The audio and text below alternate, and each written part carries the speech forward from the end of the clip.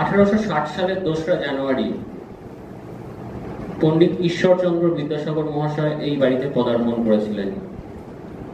Ilchoba মন্ডলাই high school যখন তিনি পরিদর্শন করতে আসেন, তখন এই বাড়িরই বৈঠকখানায় তিনি বিশ্রাম এবং আহার গ্রহণ করেন।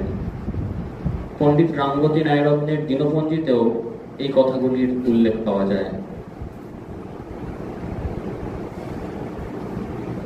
এটি একটি টোল বাড়ি নামে পরিচিত। এখন আর সেই অর্থে কোথাও টোল দেখতে পাওয়া যায় না।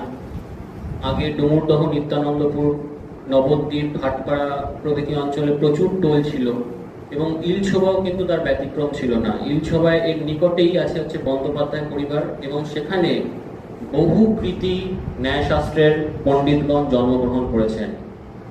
বাঙালির সারস্বত অবদান, বঙ্গে নব্য ন্যায় চর্চা, দীনেশচন্দ্র মজুমদার সেখানে ছত্রে ছত্রে ইলছোবার নাম উল্লেখ করেছেন। এবং সব থেকে মজার কথা বলতে ইচ্ছা করছে, পণ্ডিত রামপ্রসাদ তর্ক পঞ্চানন, তিনি ছিলেন অসাধারণ ন্যায়শাস্ত্রের পণ্ডিত। তিনি 88 বছর বয়সে কাশীতে অধ্যাপক রূপে নির্বাচিত হন। তখন তিনি প্রায় অন্ধ হতে বসেছেন এবং তিনি 103 বছর বেঁচে ছিলেন। সেই সময়েও ন্যায়শাস্ত্রের বিভিন্ন দুরূহ জটিল সমস্যা, কূটনৈতিক সমস্যা তিনি সমাধান করতে পারতেন। মানে এটা ভাবাই যায় না আজকের দিনে 88 বছর বয়সে কেউ অধ্যাপক রূপে কাজে যোগদান করছে।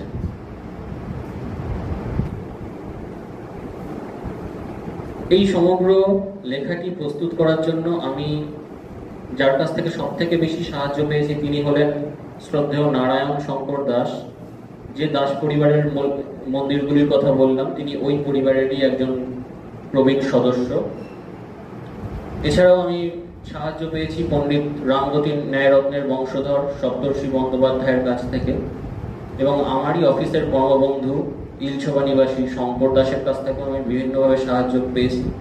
এবং যার কথা না বললেই নয়, তিনি হলেন শ্রদ্ধেয় সোমনাথ চট্টোপাধ্যায় মহাশয়, এসডিএমটির অধিকর্তা।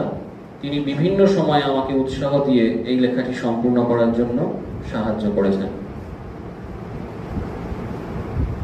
These are my references. Thank you.